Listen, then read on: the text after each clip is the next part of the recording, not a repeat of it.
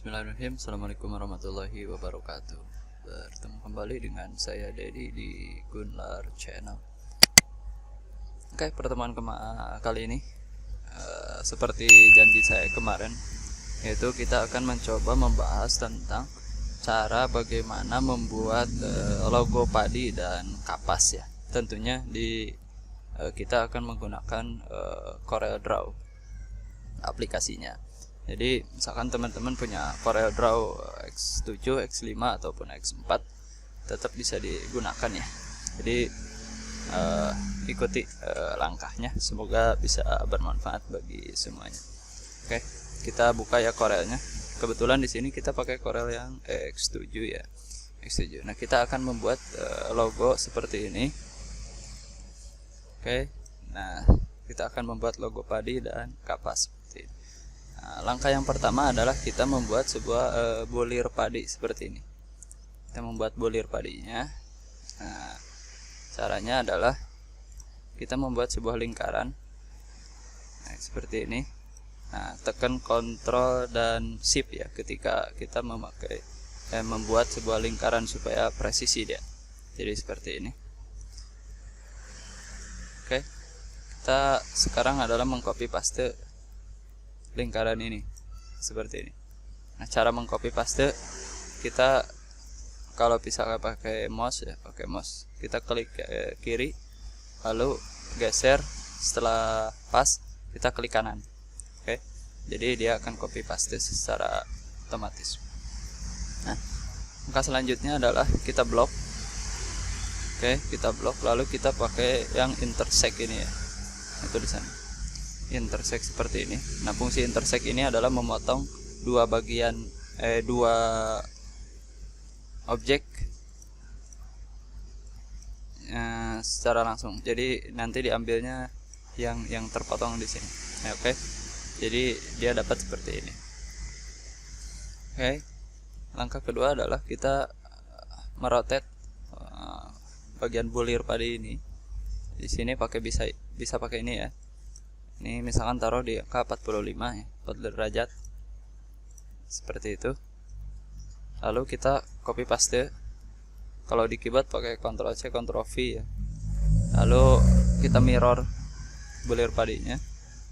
Oke. Nah, seperti ini. Kita sambung ya. Disambung seperti ini.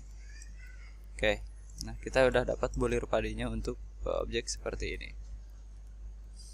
Nah, langkah selanjutnya adalah kita membuat lingkaran ya, disesuaikan dengan objek yang akan kita gunakan.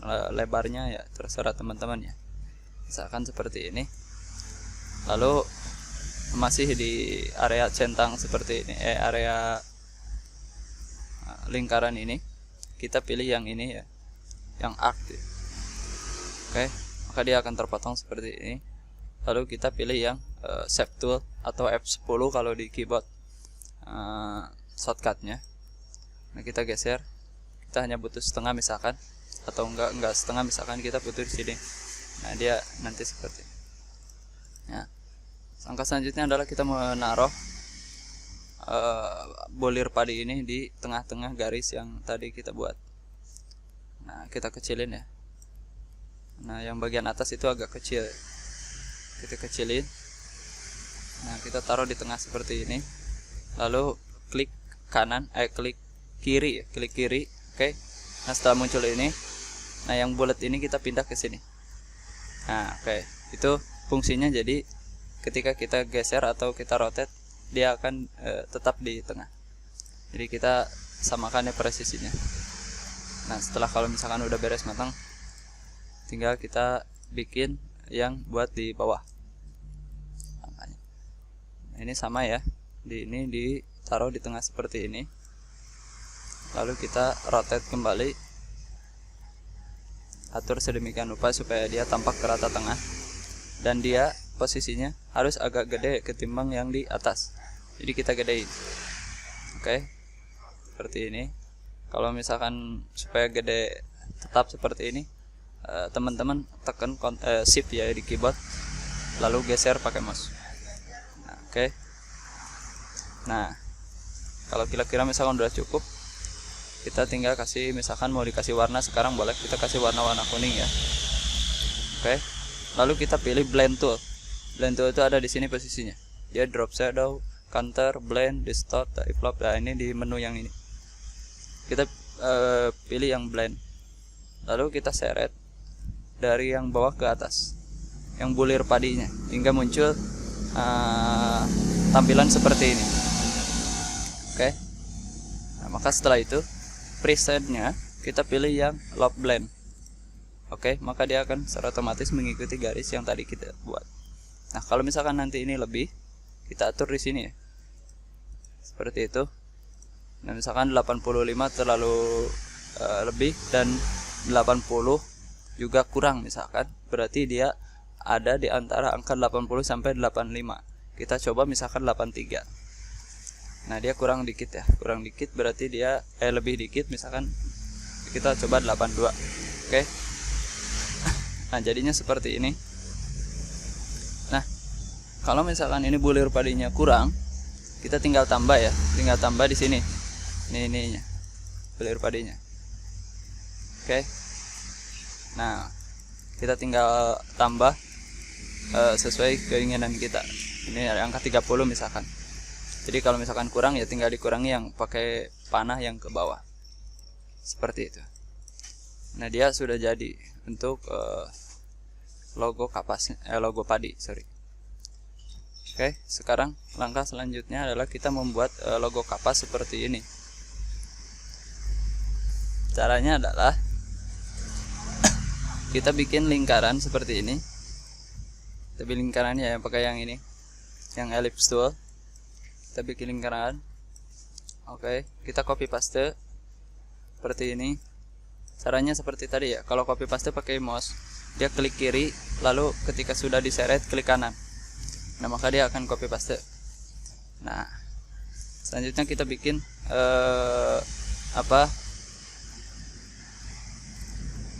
jadi bikin 3 lingkaran. Nah seperti ini dia, kalau di semen dia ini logo 3 roda ya kalau nggak salah. Oke. Nah selanjutnya kita blok semua ya, blok semua, lalu kita pilih yang ini, yang well dia itu menggabung ya, combine object. Oke. Nah dia jadinya seperti ini. Oke. Setelah itu kita buat warna hijaunya ya, hijau seperti ini. Nah hijau seperti ini kita bikin kotak aja ya, bikin kotak di sini. Nah seperti ini, kita kasih warna hijau misalkan, yang ini putih. Oke.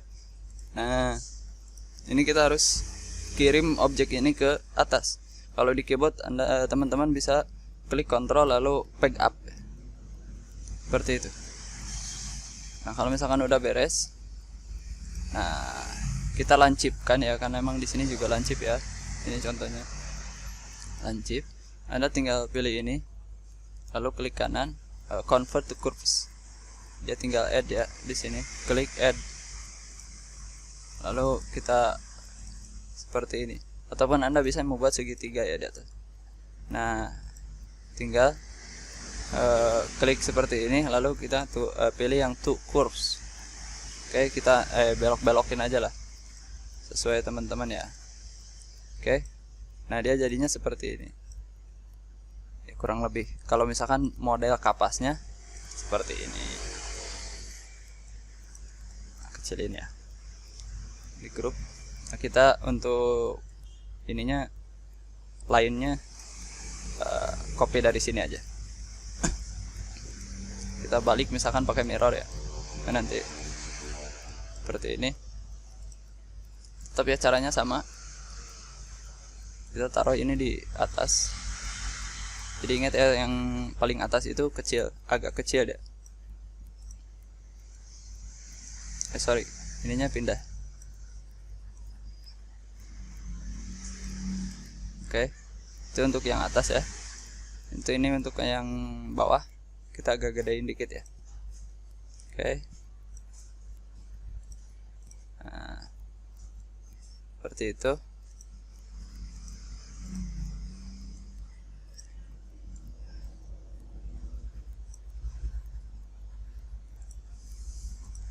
selanjutnya adalah tetap ya kita pakai blend tool yang ini, lalu kita seret sampai tampilannya seperti ini. Jangan sampai tampilannya seperti ini, karena nanti dia blend toolnya ke lain. Kalau ini dia blend toolnya ke objek kapas, jadi seperti ini. Nah, tetap kita pakai lock blend. Nah, dia jadiin seperti ini.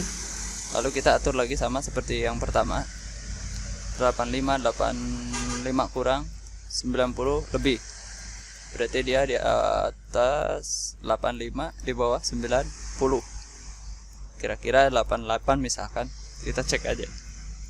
Nah seperti itu. Tetap ya, kalau misalkan kurang kita tambah aja. Oke.